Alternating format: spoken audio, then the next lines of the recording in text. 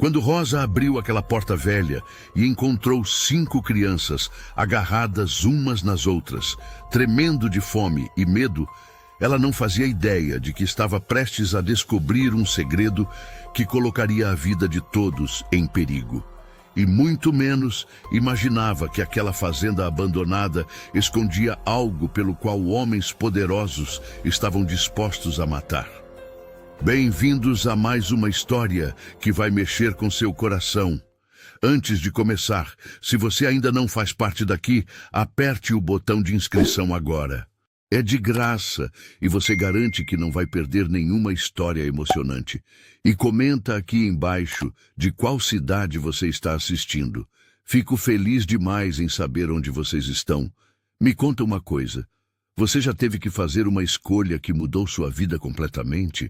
Uma decisão difícil, mas que lá no fundo você sabia que era o certo? Pensa nisso, porque o que você vai ouvir hoje vai tocar fundo. O apito agudo do trem rasgou o silêncio daquela tarde quente de verão.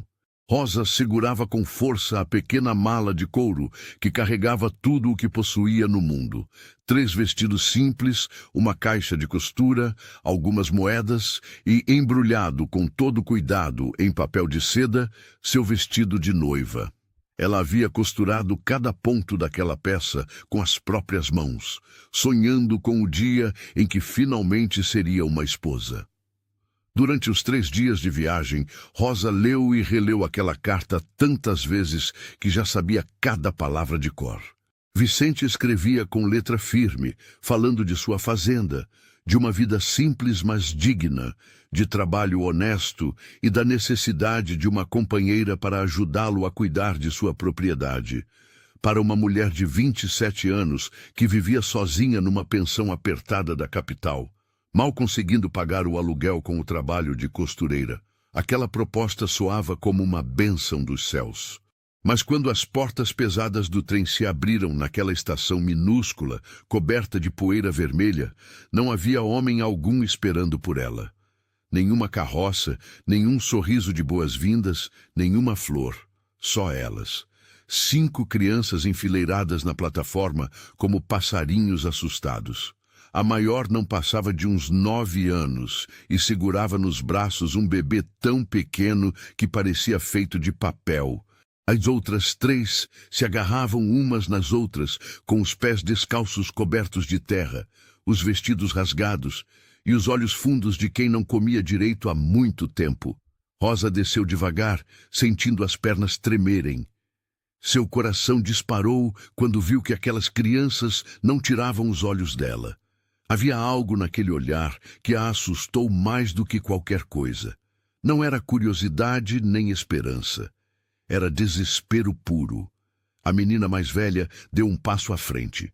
Seus cabelos castanhos estavam embaraçados, o rosto manchado de sujeira, mas ela mantinha a cabeça erguida com uma dignidade que partia o coração. "A senhora é a noiva do senhor Vicente?" Sua voz saiu trêmula, mas firme. Rosa mal conseguiu responder. "Sou sim, meu nome é Rosa. Onde ele está?"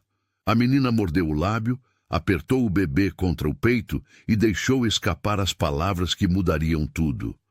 "O senhor Vicente morreu de febre alta faz 1 semana. Ele estava doente há dias, mas não quis ir buscar o médico na vila. Quando percebemos que estava muito ruim, já era tarde demais." O mundo de Rosa começou a girar. Ela deixou a mala cair no chão de madeira da plataforma, o som ecoando como um tiro. "Não pode ser", sussurrou, levando a mão ao peito. "Ele me escreveu há menos de 1 mês. Disse que estava tudo bem, que estava me esperando." "Ele escreveu quando já estava doente", continuou a menina, e lágrimas começaram a rolar pelo seu rosto sujo. "Disse que talvez a senhora viesse mesmo assim, mesmo se algo acontecesse com ele. Disse que a gente precisava de alguém." Rosa olhou para as outras crianças. 2 meninos que pareciam gêmeos, com cerca de 7 anos, se abraçavam como se fossem uma pessoa só. Uma menininha de uns 4 anos apertava contra o peito um pedaço de pano que devia ter sido um boneco. E o bebê, nos braços da mais velha, dormia, alheio a todo aquele sofrimento. "Vocês são filhos dele?" A voz de Rosa saiu fraca, quase sem ar. A menina balançou a cabeça. Não, senhora. Somos sobrinhos. Nossos pais morreram num acidente há 2 anos. O tio Vicente nos acolheu porque não tínhamos mais ninguém no mundo. E agora... Sua voz se quebrou. Agora não temos ninguém de novo. O trem atrás de Rosa apitou novamente, avisando que ia partir. Ela poderia subir naquele trem, poderia voltar para a capital, arranjar outro trabalho, esquecer aquele lugar. Mas quando olhou novamente para aqueles 5 rostinhos quebrados, para aqueles olhos vazios de esperança, algo dentro dela se partiu. Como você se chama? Rosa se agachou na frente da menina mais velha. Alice, senhora. Este aqui é o Pedro, disse, apontando para o bebê. Aqueles são os gêmeos João e José, e ela é a Maria. Rosa respirou fundo, limpou as próprias lágrimas e tomou a decisão mais importante da sua vida. Alice, me leva até a casa. Vamos ver o que podemos fazer. Os olhos da menina se arregalaram de surpresa. A senhora vai ficar? Por enquanto, sim. Rosa pegou sua mala e estendeu a mão livre para a pequena Maria, que hesitou apenas 1 segundo antes de agarrá-la com força. O trem partiu, deixando uma nuvem de fumaça e poeira. E enquanto Rosa seguia aquelas 5 crianças pela estrada de terra batida, ela não fazia ideia do tamanho do desafio que havia acabado de aceitar, nem dos perigos que estavam por vir. O caminho até a fazenda parecia não ter fim. A terra seca estalava sob os pés, e o sol castigava sem piedade. Rosa carregava sua mala numa mão e segurava Maria com a outra. A menina não soltava sua mão por nada, como se tivesse medo de que Rosa desaparecesse, igual a todos os outros que já tinham ido embora da vida dela. Alice caminhava na frente, balançando o bebê Pedro com movimentos automáticos de quem já fez aquilo 1000 vezes. Os gêmeos João e José vinham atrás, em silêncio absoluto, olhando para o chão como se tivessem vergonha de existir. Quando subiram a última colina, Rosa viu a casa. Ou melhor, o que um dia tinha sido uma casa. A construção de madeira estava torta, com o telhado cheio de buracos, as paredes descascadas pelo tempo e uma porta que pendia de lado, presa apenas por uma dobradiça enferrujada. Ao redor, tudo era seco. A cerca estava quebrada, o galinheiro vazio e caído, e onde deveria haver uma horta, só existia terra rachada. É aqui, disse Alice com a voz baixa, quase envergonhada.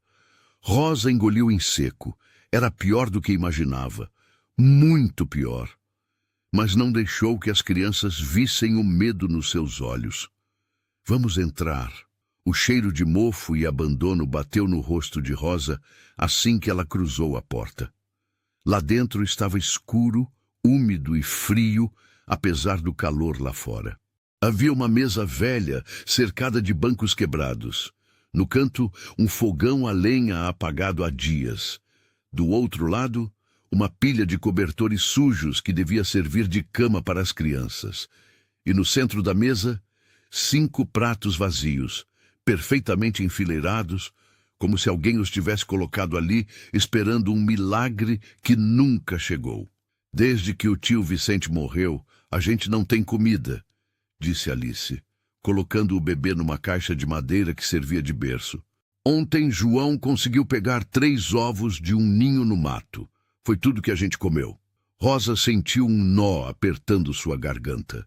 5 crianças sozinhas há 1 semana, passando fome, com medo, sem saber o que ia acontecer com elas. Vocês enterraram seu tio? Alice confirmou. José e João cavaram o buraco nos fundos. Eu rezei as orações que a mãe da gente ensinava antes de morrer. Lágrimas queimaram os olhos de Rosa, mas ela forçou um sorriso. Vocês são muito corajosos. Todos vocês. Ela abriu sua mala e tirou o pouco que tinha trazido para a viagem. Um pedaço de queijo embrulhado em pano, meia broa de pão já dura e algumas frutas secas. Não era quase nada, mas era tudo o que possuía. Sentem na mesa, ordenou com voz firme. As crianças obedeceram em silêncio. Rosa partiu o queijo em 5 pedaços pequenos, dividiu o pão e distribuiu as frutas. Ela mesma não pegou nada. Ficou de pé, observando enquanto elas comiam devagar, como se tivessem medo de que a comida desaparecesse. A pequena Maria começou a chorar baixinho enquanto mastigava. "Obrigada, senhora", sussurrou. "Pode me chamar de Rosa." Ela acariciou o cabelo da menina. "E não precisa agradecer. A gente vai dar um jeito nisso tudo." Quando terminaram de comer, Rosa explorou o resto da casa.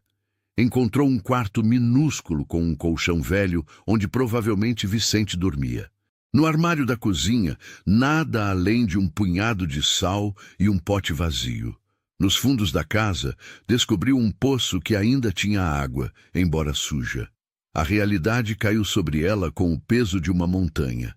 Ela não tinha dinheiro, não tinha comida, não conhecia ninguém naquele lugar, e agora tinha 5 crianças dependendo dela. Mas Rosa não era de desistir. Ela havia sobrevivido sozinha na capital por anos, costurando até os dedos sangrarem, dormindo com fome mais vezes do que conseguia contar. Se tinha aprendido alguma coisa na vida, era que desistir nunca era opção. "Alice", chamou voltando para dentro, "amanhã de manhã você me leva até a vila. A gente precisa conseguir mantimentos." "Como, senhora? Não temos dinheiro." Rosa pensou rápido. "Eu sei costurar, sei cozinhar, sei limpar. Vou oferecer meu trabalho em troca de comida. Alguém vai aceitar." Alice confirmou, mas seus olhos mostravam que já tinha ouvido promessas demais na vida para acreditar em mais uma. Quando a noite caiu, Rosa ajudou as crianças a se acomodarem. Juntou os cobertores menos sujos, fez uma espécie de ninho onde todas puderam se deitar juntas para se aquecer. O bebê Pedro dormiu nos braços de Alice. Maria se enroscou em Rosa como se fosse sua mãe. Os gêmeos se abraçaram, e pela primeira vez desde que ela chegara, Rosa viu algo parecido com paz nos rostinhos deles. Ela mesma não dormiu. Ficou sentada na cadeira velha, olhando para aquelas 5 crianças, e fez uma promessa silenciosa. Não importava o que custasse, não importava o que ela tivesse que enfrentar, ela não ia abandoná-las. Nunca. Lá fora, o vento uivava entre as árvores secas, e Rosa não fazia ideia de que naquele exato momento olhos observavam a casa da escuridão. Olhos que esperavam, olhos que queriam que ela fosse embora, porque o que estava escondido naquela terra valia muito mais do que ela podia imaginar. O primeiro raio de sol entrou pelas frestas da janela, acordando Rosa. Seu corpo doía por ter dormido sentada, mas ela não se importou. As 5 crianças ainda dormiam amontoadas como filhotinhos. Pela primeira vez em dias, elas tinham dormido sem medo de acordar e estar completamente sozinhas. Rosa se levantou com cuidado para não fazer barulho e saiu para os fundos da casa. A luz da manhã mostrava a dimensão real do abandono. O terreno era grande, muito maior do que ela tinha percebido na noite anterior, mas estava tudo destruído, seco, morto. Ela caminhou até onde Alice tinha dito que enterraram Vicente. Uma cruz tosca de madeira marcava o lugar. Rosa ficou parada ali por um momento em silêncio. "Não sei quem você era", sussurrou, "mas vou cuidar delas. Prometo." Quando voltou para dentro, as crianças já estavam acordadas. Alice dava água para o bebê numa caneca velha. Os gêmeos vasculhavam os cantos da casa, procurando algo, qualquer coisa que pudesse servir de alimento. Maria segurava sua boneca de pano, olhando Rosa com aqueles olhos enormes, cheios de esperança e medo ao mesmo tempo. "Hoje a gente vai trabalhar", anunciou Rosa, colocando as mãos na cintura. "Primeiro, vamos limpar esta casa. Depois, vamos ver o que conseguimos fazer lá fora." Durante horas trabalharam juntos. Rosa varreu anos de sujeira, enquanto os gêmeos carregavam baldes de água do poço. Alice lavou os cobertores e pendurou no sol. Até a pequena Maria ajudou, recolhendo gravetos para fazer lenha. Quando o sol estava alto, a casa já tinha outro aspecto.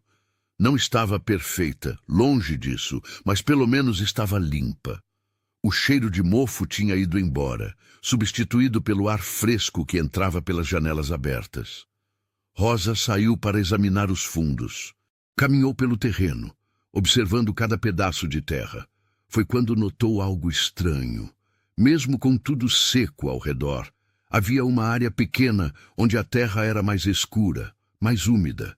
Ela se agachou, cavou um pouco com as mãos e sentiu a umidade. Alice, chamou, vem ver isso. A menina chegou correndo com o bebê no quadril. O que foi? Essa terra está molhada. De onde vem essa água? Alice olhou ao redor e apontou para uma formação de pedras. Lá atrás daquelas pedras tem uma nascente. O tio Vicente dizia que era a única água limpa da região inteira. Por isso ele escolheu esse lugar para fazer a casa. Rosa sentiu algo mexer no fundo do seu peito. Uma nascente de água limpa numa região seca? Isso era precioso, valioso. Talvez fosse por isso que Vicente conseguiu manter a fazenda funcionando mesmo depois de perder a esposa. Me leva lá, pediu. Caminharam até as pedras. E ali, escondida entre as rochas, Rosa viu a nascente. Uma fonte de água cristalina que brotava da terra e formava um pequeno riacho antes de desaparecer mato adentro. Era a coisa mais bonita que ela tinha visto desde que chegara.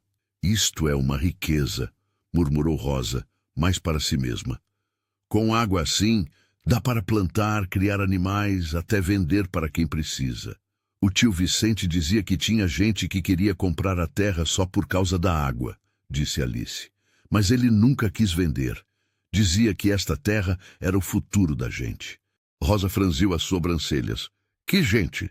Não sei. Ele nunca falou o nome. Só dizia que tinha homem poderoso da vila que vivia oferecendo dinheiro, mas que a resposta sempre ia ser não. Um arrepio percorreu as costas de Rosa. Homem poderoso que queria a terra. E Vicente tinha morrido de repente, de febre. Seria só coincidência? Ela sacudiu a cabeça, tentando afastar os pensamentos ruins. Talvez estivesse imaginando coisas. Vamos voltar. Preciso ir até a vila antes de escurecer. De volta à casa, Rosa se preparou. Trocou de roupa, prendeu o cabelo, lavou o rosto, pegou sua caixa de costura. Era tudo o que tinha para oferecer. Alice, você vem comigo. Os meninos ficam aqui cuidando das pequenas. Não abram a porta para ninguém, ouviram? João e José confirmaram juntos, sérios como soldadinhos. A caminhada até a vila levou quase 1 hora. O sol castigava, e Rosa sentia a garganta seca, mas não reclamou. Alice caminhava ao seu lado, calada, tensa. Quando chegaram, a vila era maior do que Rosa esperava. Tinha uma rua principal com algumas lojas, uma igreja, uma casa de ferragens e, no centro, um casarão grande que devia pertencer a alguém importante. Rosa parou na primeira loja, uma casa de tecidos. A dona, uma mulher de meia idade com cara de poucos amigos, olhou para elas de cima a baixo. O que vocês querem? Bom dia, senhora. Meu nome é Rosa e eu vim oferecer meu trabalho. Sei costurar muito bem. Posso consertar roupas, fazer vestidos, qualquer coisa que precisar. Em troca, só preciso de um pouco de comida. A mulher soltou uma risada seca. Trabalho? Aqui não tem trabalho para ninguém, moça. Muito menos para quem vem de fora. Mas eu... Pode ir embora. E leva essa menina também. Vocês não são bem-vindas aqui. Rosa sentiu a raiva subir, mas controlou. Saíram e tentaram na padaria. O mesmo resultado. Na casa de ferragens, o dono nem deixou ela terminar de falar antes de mandar irem embora. Na quinta tentativa, na casa de uma senhora mais velha afastada do centro, finalmente tiveram sorte. A mulher, de cabelos brancos e costas curvadas, as convidou para entrar.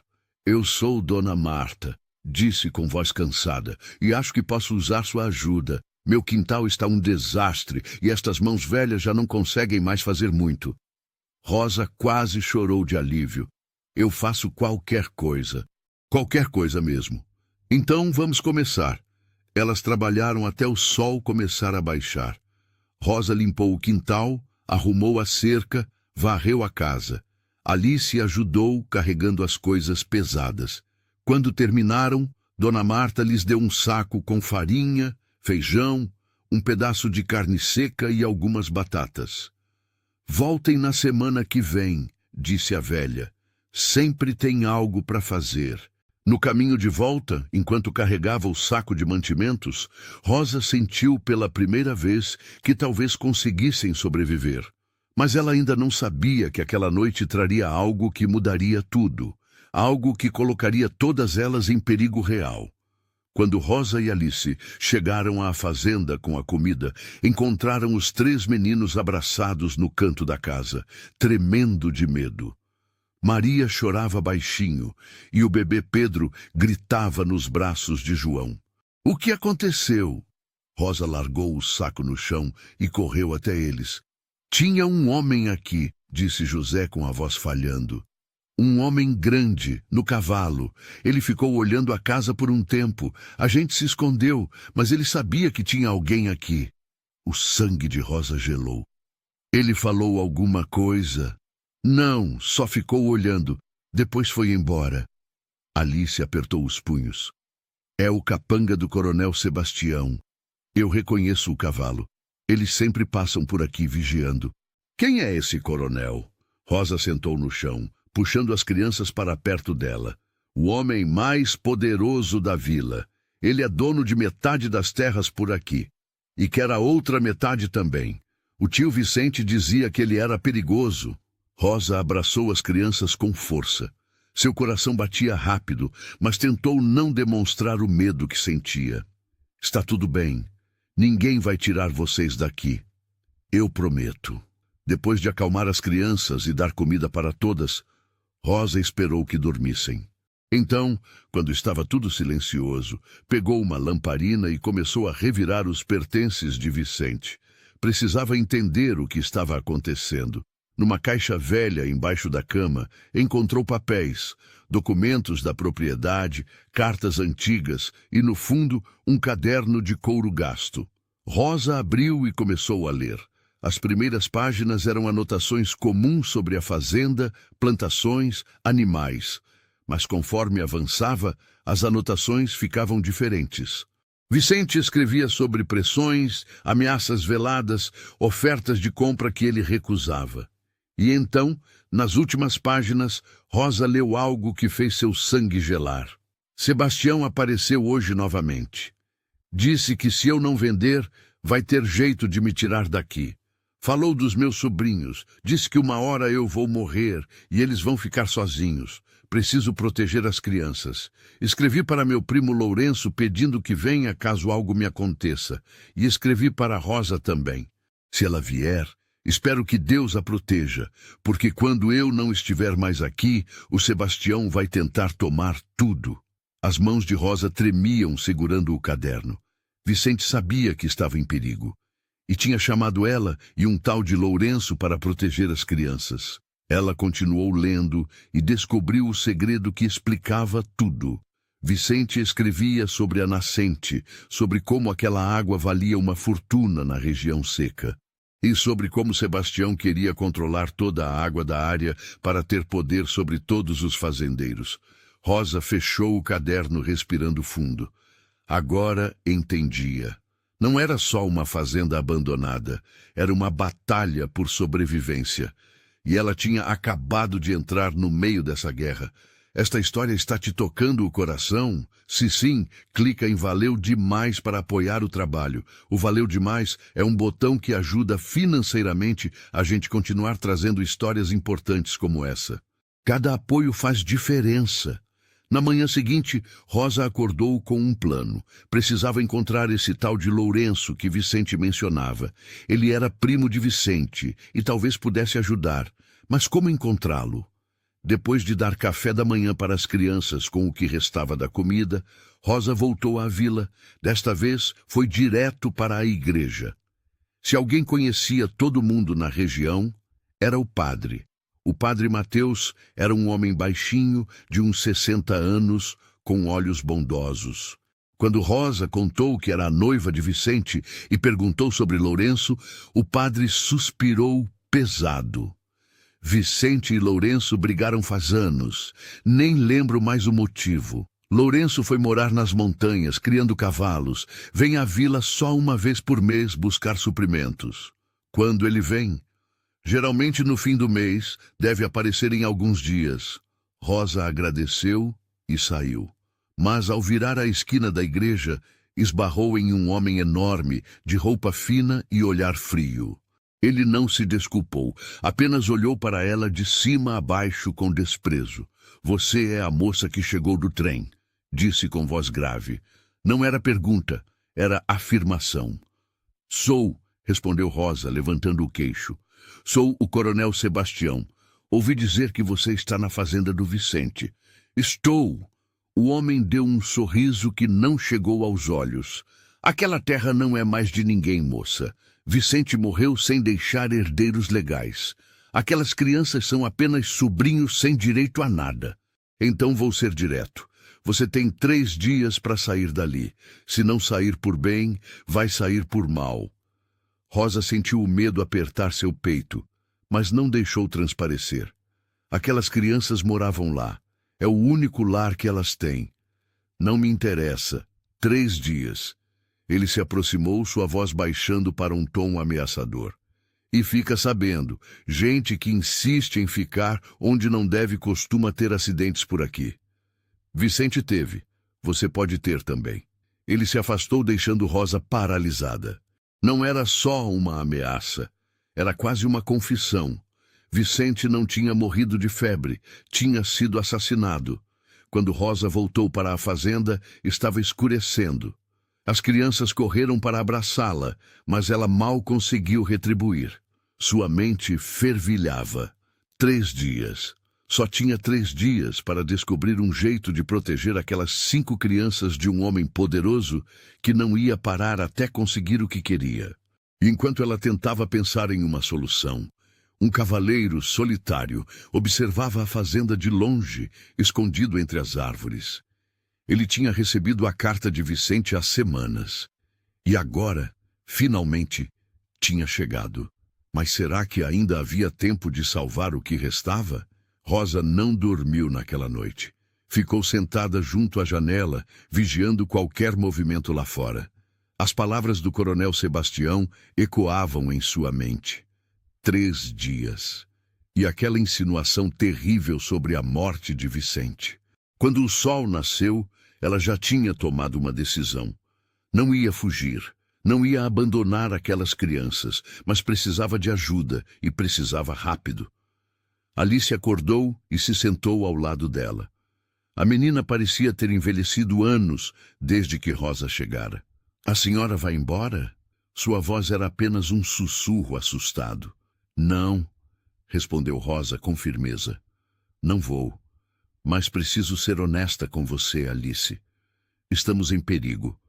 O coronel Sebastião quer essa terra e ele vai tentar nos tirar daqui. Eu sei. Ele já fez isso antes com outras famílias. Elas sempre vão embora no final. Mas nós não vamos. Você sabe onde posso encontrar Lourenço, o primo do seu tio? Alice pensou por um momento. Ele mora nas montanhas, perto do rio, mas é longe. Leva meio dia para chegar lá, a cavalo. Então vamos a pé. Você fica aqui cuidando dos pequenos. Eu vou procurá-lo. Não! Alice segurou o braço de Rosa. Não dá para ir sozinha. O caminho é perigoso, tem animais selvagens e os capangas do coronel patrulham por ali. Rosa apertou a mão da menina. Eu preciso tentar. Mas antes que pudesse sair, ouviram o som de cascos de cavalo se aproximando. Todas as crianças congelaram. João e José correram para pegar paus, prontos para defender a casa. O bebê começou a chorar. Esconde as crianças, ordenou Rosa, pegando uma faca velha da cozinha. Seu coração batia tão forte que ela achava que ia explodir. A batida na porta veio forte, autoritária. Abra essa porta! Rosa reconheceu a voz. Era um dos homens de Sebastião. Ela respirou fundo e abriu a porta só uma fresta, ficando na frente para bloquear a visão de dentro da casa. O que vocês querem? Eram dois homens, sujos, mal encarados, com armas na cintura. Viemos dar um aviso. O coronel foi generoso dando 3 dias, mas ele também mandou a gente lembrar o que acontece com quem não obedece. Antes que Rosa pudesse reagir, eles entraram à força, empurrando-a para o lado. Começaram a quebrar tudo o que viam pela frente, derrubaram a mesa, chutaram os bancos, jogaram os poucos mantimentos que restavam no chão. Parem! Rosa gritou, tentando impedi-los. Um deles a empurrou com tanta força que ela caiu no chão. Foi quando João, com seus 7 anos, se jogou nas costas do homem, batendo com os punhos pequenos. Sai da nossa casa! O homem riu e jogou o menino longe como se fosse um saco vazio. João bateu na parede e caiu, gemendo de dor. Seu miserável! Rosa se levantou e, sem pensar, enfiou a faca na perna do homem. Ele urrou de dor, olhando para ela com ódio. Sua desgraçada, você vai pagar por isso! Mas antes que pudesse fazer qualquer coisa, o segundo homem gritou. Alguém vem vindo! Os dois olharam pela janela e viram uma figura a cavalo se aproximando rapidamente. Sem esperar para ver quem era, saíram correndo, montaram nos cavalos e fugiram. Rosa correu até João, que chorava segurando o braço.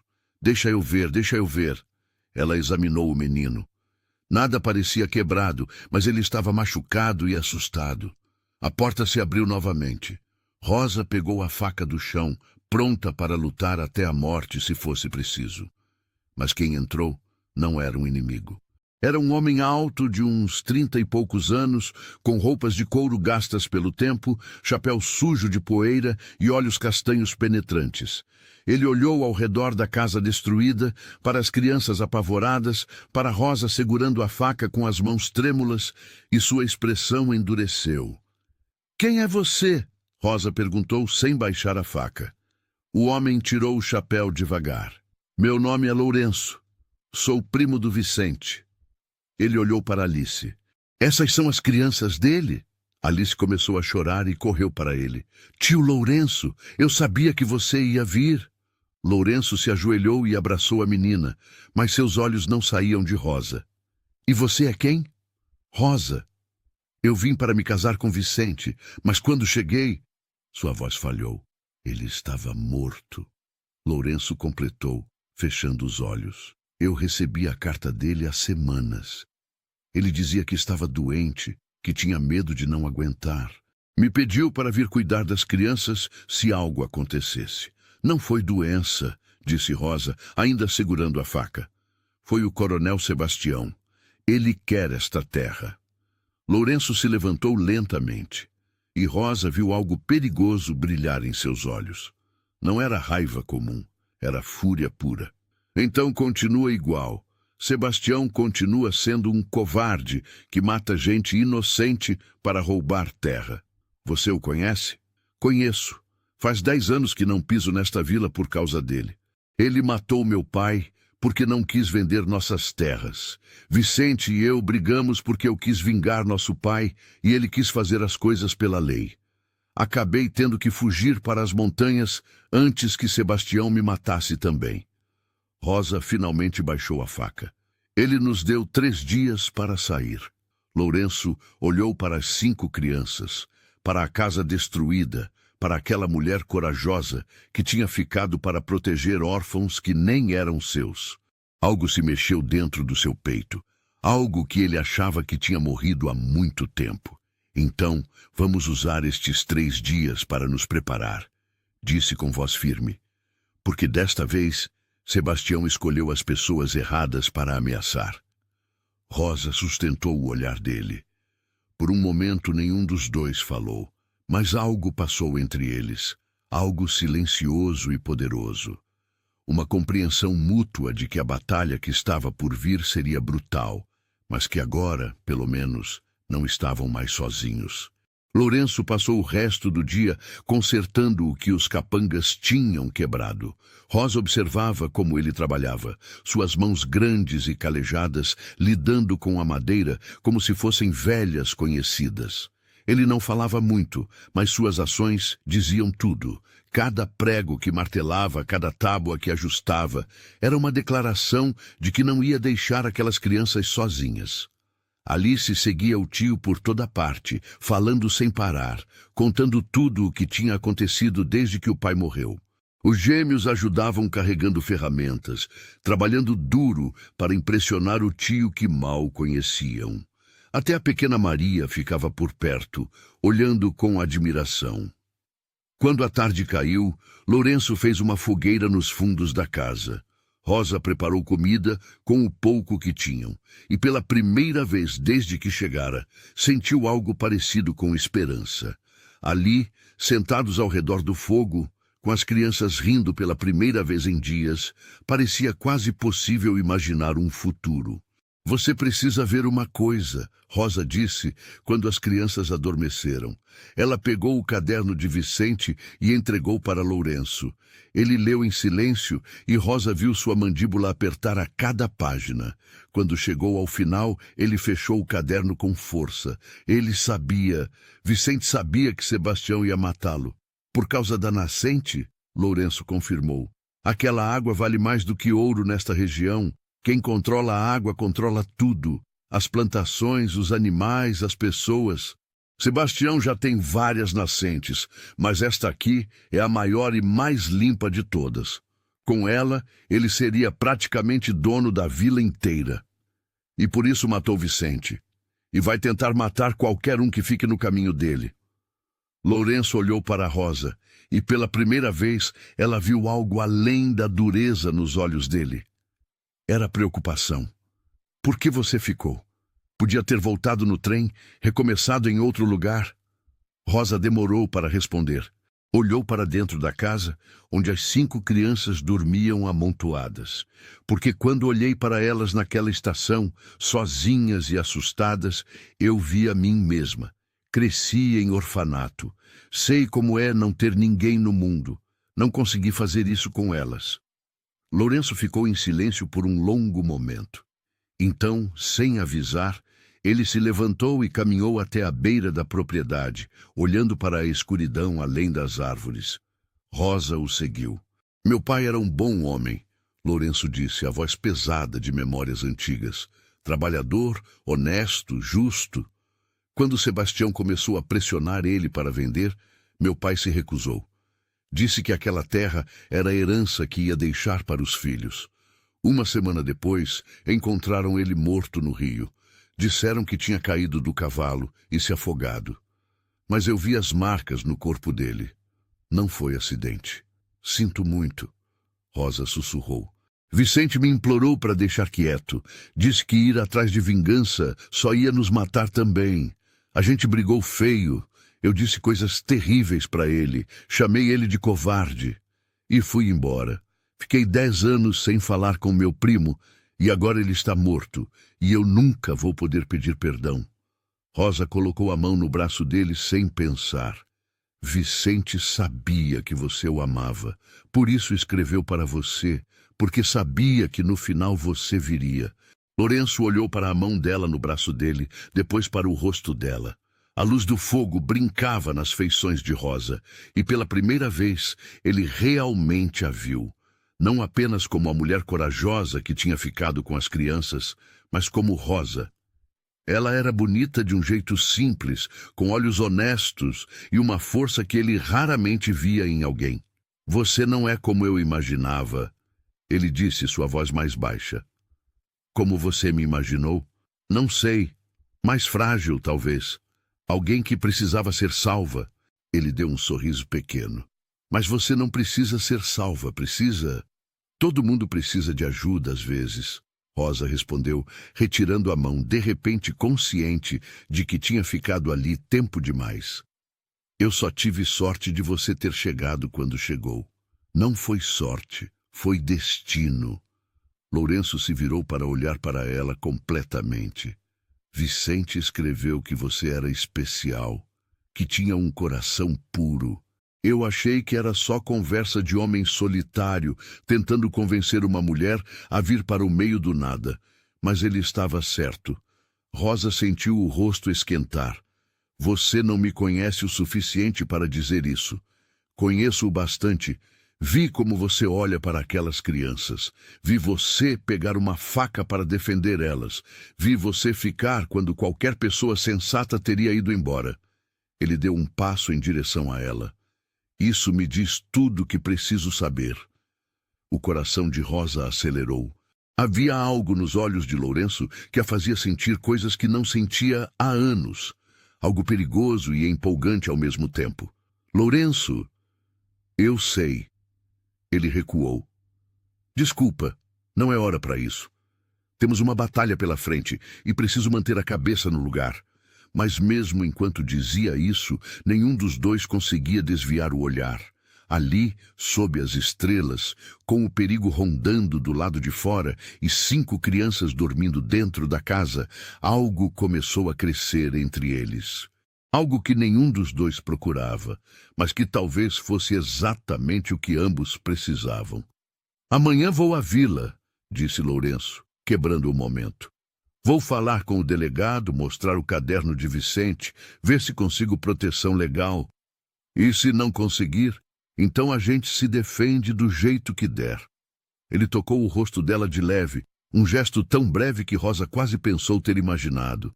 Mas não vou deixar nada acontecer com você ou com essas crianças. Isso eu prometo. E pela primeira vez, desde que desceu daquele trem, Rosa acreditou que talvez, apenas talvez, tudo fosse dar certo. A manhã seguinte trouxe notícias ruins. Lourenço voltou da vila com o rosto fechado e os punhos cerrados. O delegado não quis ajudar, alegando que sem documentos, provando que as crianças eram herdeiras legais. A terra tecnicamente não pertencia a ninguém e poderia ser reivindicada por qualquer um. E todos sabiam quem era esse qualquer um. Ele está no bolso do Sebastião. Lourenço cuspiu, jogando o chapéu na mesa. Igual todo mundo naquela vila maldita. Rosa estava preparando o almoço com Alice quando ouviram o som de vários cavalos se aproximando. Não era 1 ou 2. Era um grupo inteiro. Eles voltaram. Sussurrou Alice, ficando pálida. Lourenço pegou a espingarda velha que tinha encontrado nos pertences de Vicente. Leva as crianças para o quarto dos fundos. Tranca a porta e não sai por nada. Não, Rosa segurou o braço dele. Não vou deixar você enfrentar sozinho. Rosa, não discuta comigo. Essas crianças são minha responsabilidade também. Ele olhou para ela e algo brilhou em seus olhos. Respeito, admiração e algo mais profundo que nenhum dos dois tinha tempo para reconhecer. Então fica atrás de mim. Eles saíram juntos. Lá fora, 7 homens montados formavam um semicírculo na frente da casa. E no meio deles, montado num cavalo negro enorme, estava o coronel Sebastião. Seu prazo acabou. Ele anunciou com voz forte. Estou sendo generoso, dando mais algumas horas, até o pôr do sol. Depois disso, meus homens vão entrar aí e tirar todo mundo à força. Esta terra não é sua. Lourenço gritou de volta, apontando a espingarda. Sebastião riu. E é sua. Você fugiu daqui faz 10 anos como um covarde. Não tem direito nenhum aqui. Tenho mais direito que você, assassino. Você matou meu pai, matou Vicente e agora quer roubar o que é dessas crianças. Cuidado com o que acusa, rapaz. Essas são palavras graves. Mas Sebastião sorria, e todos ali sabiam que era verdade. Um dos capangas se adiantou. Chega de conversa. Vamos acabar com isso agora. Mas antes que pudesse desmontar, um tiro ecoou. Não veio de Lourenço. Veio de trás dos cavaleiros. Todos se viraram. E ali, montado num cavalo velho, com uma espingarda fumegando, estava Dona Marta, a velha que tinha dado trabalho para Rosa. E atrás dela vinham mais pessoas. O padre Mateus, a dona da loja de tecidos, o ferreiro, homens e mulheres da vila que estavam cansados de ter medo. Chega, Sebastião, disse Dona Marta com voz firme. Você já fez mal demais para essa região. Não vai fazer mais. O coronel olhou ao redor, vendo que estava cercado. Sua expressão mudou de confiante para perigosa. Vocês vão se arrepender disso, todos vocês. Talvez, respondeu o padre Mateus, mas pelo menos vamos dormir com a consciência limpa, coisa que você nunca vai conseguir. Por um momento longo e tenso, ninguém se mexeu. O dedo de Sebastião estava no gatilho, assim como os dedos de seus homens. Uma palavra errada, um movimento brusco, e aquilo viraria um massacre. Foi Rosa quem quebrou o impasse. Ela saiu de trás de Lourenço e caminhou até ficar entre os dois grupos, desarmada, vulnerável, mas com a cabeça erguida. Vocês querem esta terra? Querem esta água? Sua voz tremeu, mas não parou. Então vão ter que me matar primeiro. Vão ter que matar 5 crianças órfãs. Vão ter que olhar nos olhos delas e apertar o gatilho. Porque eu não vou sair e elas não vão sair. Esta é a casa delas. É tudo o que elas têm no mundo. Rosa, volta aqui. Lourenço sussurrou desesperado, mas ela continuou. Eu sei que vocês têm medo dele, eu entendo. Mas se a gente continuar tendo medo, ele nunca vai parar. Vai roubar, vai matar, vai destruir até não sobrar nada de bom neste lugar. Lágrimas escorriam pelo rosto de Rosa agora, mas ela não as limpou. Eu não vim para cá procurando ser heroína. Vim porque estava sozinha e assustada e sem opções. Mas essas crianças me deram um propósito, me deram uma família, e eu vou lutar por elas até meu último suspiro. O silêncio que se seguiu foi absoluto. Até o vento pareceu parar de soprar. Então, um dos capangas de Sebastião baixou a arma. Eu não vim aqui para matar criança, ele disse desmontando. Pode me demitir se quiser, coronel, mas eu não faço parte disso. Outro fez o mesmo, e outro. Um por um, os homens de Sebastião recuaram até que ele estava sozinho. O coronel olhou ao redor com ódio puro. Vocês vão pagar por isso, todos vocês. Mas não havia mais nada que pudesse fazer. Ele virou o cavalo e galopou embora, deixando uma nuvem de poeira e ameaças vazias. Quando teve certeza de que ele tinha ido, Rosa caiu de joelhos, tremendo. Lourenço correu até ela, a pegou nos braços e, pela primeira vez desde que tudo começou, ela se permitiu chorar de verdade. Está tudo bem, ele sussurrou, apertando-a contra o peito. Acabou. Você foi incrível. Eu estava com tanto medo. Ela soluçou contra o ombro dele. Eu sei, mas você fez mesmo assim. Isso é o que é coragem de verdade. As crianças saíram correndo da casa, se jogando em cima deles. Dona Marta e os outros moradores se aproximaram, oferecendo ajuda, comida, apoio. E ali, cercada por aquelas pessoas boas, Rosa entendeu algo importante.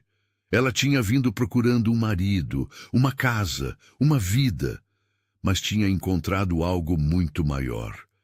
Tinha encontrado uma família, tinha encontrado um propósito e tinha encontrado amor nos lugares mais inesperados. As semanas que se seguiram foram de reconstrução. Os moradores da vila, livres finalmente do medo de Sebastião, que tinha fugido da região antes que as autoridades maiores viessem investigar suas atividades, começaram a ajudar de verdade.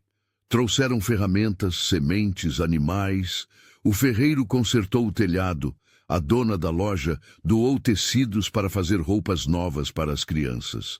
Dona Marta ensinou Rosa e Alice a plantar usando a água da nascente. E lentamente, como uma flor que desabrocha depois da chuva, a fazenda voltou à vida. As crianças mudaram também. João e José não viviam mais com medo, corriam pelo terreno rindo e brincando. Maria ganhara uma boneca nova e não soltava mais aquele pano velho. O bebê Pedro começou a dar seus primeiros passos, e Alice, a menina que tinha que ser forte demais, cedo demais, finalmente pôde ser criança de novo. Mas a maior mudança aconteceu entre Rosa e Lourenço. Trabalhando lado a lado todos os dias, compartilhando preocupações e vitórias, eles foram se aproximando. Não foi algo súbito, mas gradual. Um sorriso aqui, um toque acidental de mãos ali, olhares que duravam mais do que deviam. Uma noite, depois que as crianças dormiram, eles estavam sentados na varanda nova que Lourenço tinha construído. A lua cheia iluminava tudo com uma luz prateada. Sabe, Lourenço começou, olhando para as estrelas. Quando recebi aquela carta do Vicente, não queria vir. Estava com tanta raiva dele ainda por não ter vingado nosso pai, mas algo me fez pegar aquele cavalo mesmo assim. O que foi? Acho que foi ele, Vicente. Mesmo morto, ele sabia o que eu precisava. Sabia que eu estava me matando aos poucos lá nas montanhas, sozinho, amargo, vivendo só para o trabalho. Ele olhou para Rosa. Ele me trouxe de volta para a vida. Me trouxe para você. O coração de Rosa pulou. Lourenço, deixa eu falar. Ele pegou a mão dela. Quando te vi pela primeira vez, com aquela faca na mão, protegendo crianças que mal conhecia, eu soube que você era especial. E cada dia que passa, eu tenho mais certeza disso. Eu não sou especial, sou só... Você é tudo! Ele a interrompeu. É corajosa, bondosa, forte. Você pegou uma situação impossível e transformou em família. Transformou minha vida. Ele se ajoelhou na frente dela. Rosa, eu não tenho muito para oferecer. Não sou rico, não tenho terras além desta aqui. Mas tenho meu coração, e ele é todo seu, se você quiser. Lágrimas escorriam pelo rosto de Rosa. Eu vim para cá para me casar com um homem que não conhecia, esperando apenas sobreviver. Nunca imaginei que ia encontrar isso. Você, as crianças, uma família de verdade. Isso é um sim? É mais que um sim. Ela segurou o rosto dele entre as mãos. É um para sempre.